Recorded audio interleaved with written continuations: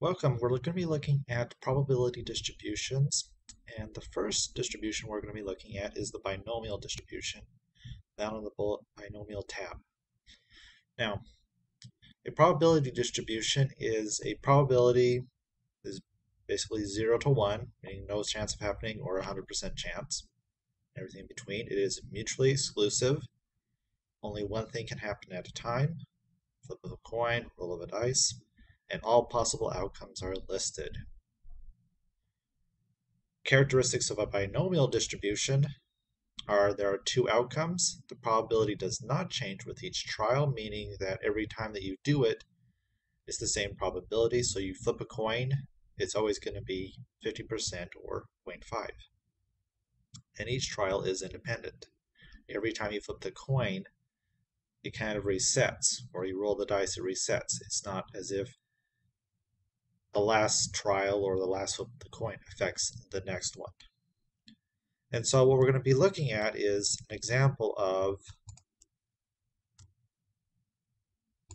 me flipping a coin 4 times where the head is a success and then it is repeated 10 times. So what I've done is I've kept track of, well, the first time I flipped a coin, I got a head. Second time, none. I got a tail, head. And I did this repeatedly for 10 trials. So what I'm going to do is I'm going to create a binomial distribution based off of what I found. So I'm going to do that by saying that we're going to sum it, and we're going to be summing off to the side here. Enter. So it looks like there are 2 heads on that one.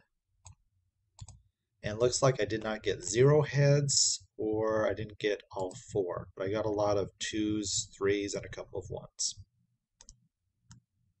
Now what I want to do is I want to create a table based on this information, and I want to use the COUNTIF function. So I'm going to zoom in here a little bit to show the function. So equals COUNTIF. And basically what it's saying is, what is the range of data that you want us to count, and what is the criteria that we're looking for. So the range is this total, comma, and I'm looking for zeros. So the range of the data and then what we're looking for in zeros. And there are zeros in there. Then I'm going to go up here and I'm going to copy it. And I'm going to hit escape, because if I don't hit escape first and go down here, it's going to replace everything with the new cell. So escape. I'm going to paste it, paste it, paste it, paste it. And basically it's just copying this whole formula down over and over again. And I'm going to be replacing 0 with 1. You can see that down here. 0 with 2. 0 with 3. Get down here. And 0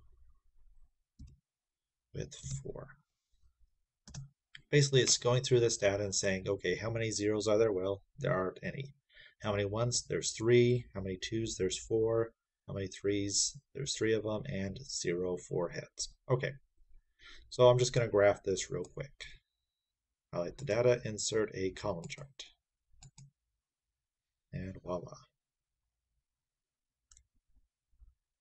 Let's shrink this down a little bit. Move it off to the side. So this is my distribution for what actually happened. Now, is this the ideal case? No, because it does have a limited sample. We only did it 10 times. So it's probably not going to be reflective of what potentially could happen. So how would we do that? Well, the sample size is how many times we flip the coin. So that's going to be 4. Probability, since it's a flipping of a coin, 0.5.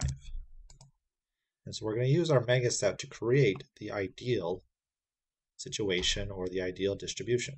So add-ins, MegaStat, probability, discrete probability distributions. And we're going to be clicking on the binomial. and we just type in the numbers 0.5 as we have them, or excuse me, 4, and then 0.5. 4 for the number of trials, 5 for the probability of occurrences. And I'm going to go ahead and display the graph. And we push OK. So what we have here is a better representation of what's going on. Ours is not that much different, except that our results show that there weren't any zeros, there weren't any 4s, and by the looks of it, they're not very common, only 6% each. The most common is 2 at about 37.5%, and then 25%, 25% of the time for 1 and 3. So this is what it would actually look like if we did it enough times. It'll actually start replicating or mimicking this information. This brings us to an interesting concept of the law of large numbers. The more you repeat something, the closer it's going to look to this distribution. Ours looks actually fairly similar. Maybe this one isn't as high, and we definitely don't have anything on the 0s and 4s heads, but it still looks pretty close. The 1s, 2s, and 3s are by far the largest scenarios.